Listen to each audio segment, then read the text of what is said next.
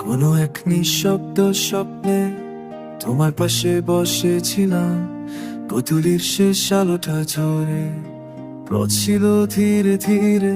তোমার চোখে দেখেছিলাম এক নিভৃতে চলতে থাকা প্রেম, যেন নক্ষত্র হেরে যায় সেই দীপ্তি ভেতরে।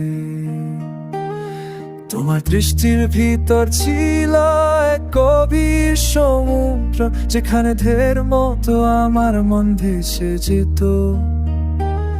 তোমার নরম হাসির ছায় লুকিয়েছিল এক অনন্ত ভালোবাসার অচেনা অর্থ। তোমার চোখে সেই আলো আমার জড়িয়ে নেয় নিঃশেষে,